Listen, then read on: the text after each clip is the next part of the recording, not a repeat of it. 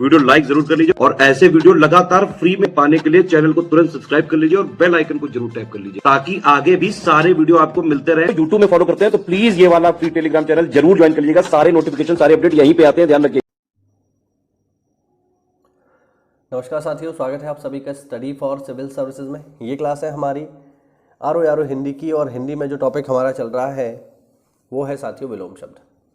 सबसे पहले तो मैं आपको बता दूं कि अभी तक आपने अगर OTR नहीं किया है तो अभी जा कर के कर दीजिए, क्योंकि अभी साइट बढ़िया चल रही है। लोगों ने विरोध किया तो OTR को लेकर के कि भाई OTR ही नहीं हो पा रहा, हम फॉर्म कैसे भर पाएंगे। तो आयोग ने इस पर काम किया है और अभी साइट बढ़िया चल रही है। तो जिन लोगों का OTR नहीं हुआ है वो जा कर के करवा लें, ठीक है। तो आसानी से अभी हो रहा है और आरो यारो का फॉर्म भी आप भर दें जितना जल्दी हो सके उतना जल्दी, क्योंकि अभी साइट का पता नहीं है। अभी बढ़िया चल रही है, कल को ट्रैफिक आ गया तो दिक्कत हो सकती है। तो इस प्रकार की दिक्कतों से जो है बचने का तरीका यही है कि आप अभी से जा करके इस चीज़ को कंप्लीट कर लीजिए। चलिए, जो हमारा विलोम शब्द का टॉपिक चल रहा है इसे हम आगे बढ़ाते हैं। लास्ट क्लास में हमने 1 तक पढ़ लिया था, अभी हम आगे बढ़ेंगे। आगे देखिए, ऐच्छिक। ऐच्छिक का विलोम है अनैच्छिक। ऐच्छिक अपनी इच्छा से, अनैच्छिक अपनी बिना इच्छा के। ऐश्वर्य का विलोम है अनैश्वर्य। कल्याण का विलोम है साथियों अकल्याण। कथनी का विलोम है अकथनीय। कंटक का विलोम है अकंटक। काट्य का विलोम है अकाट्य। कर्मण्य का विलोम है अकर्मण्य, ये होगा यहाँ पर कलंक। कलंक का विलोम है अकलंक। फिर है कल्पनीय। कल्पनीय का विलोम है अकल्पनीय। और फिर है क्रूर। क्रूर का विलोम है अक्रूर। इधर आ जाइए।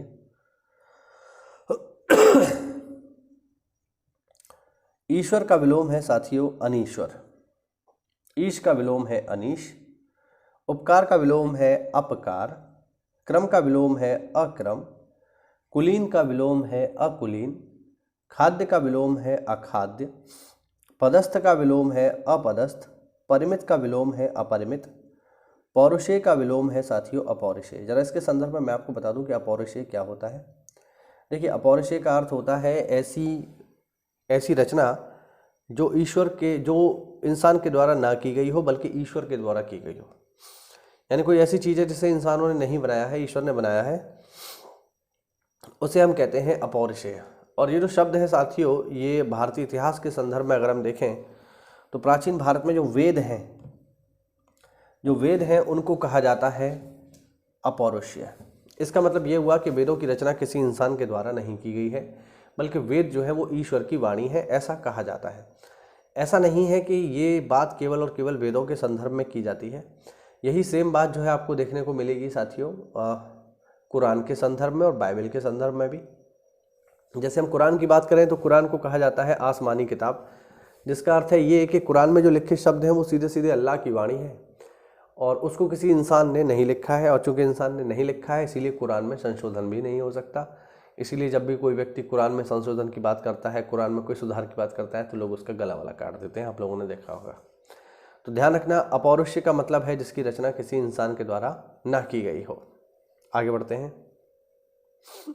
आगे है प्रवर्त। इसका विलोम होता है अप्रवर्त। फिर है पवित्र। इसका विलोम है अपवित्र। फिर है परिमित। परिमित का विलोम है अपरिमित। फिर है चर। चर का विलोम है साथियों अचर। अगला है चल। चल का विलोम है अचल। आगे देखिए,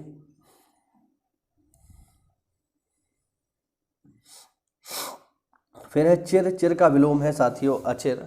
फिर है चाह। चाह का विलोम है अनचाह।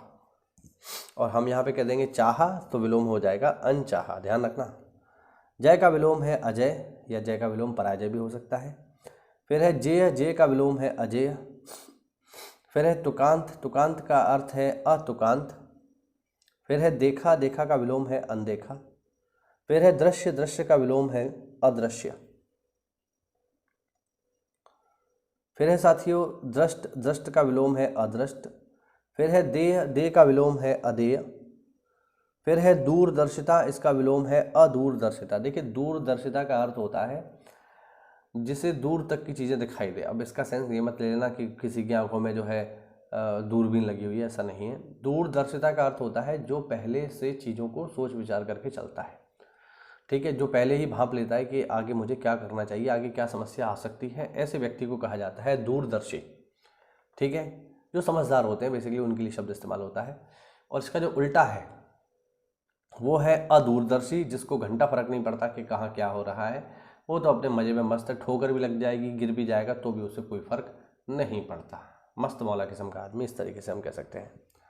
फिर है धर्म, धर्म का विलोम है अधर्म। फिर है नश्वर, नश्वर का विलोम है साथियों अनश्वर, ध्यान रखना।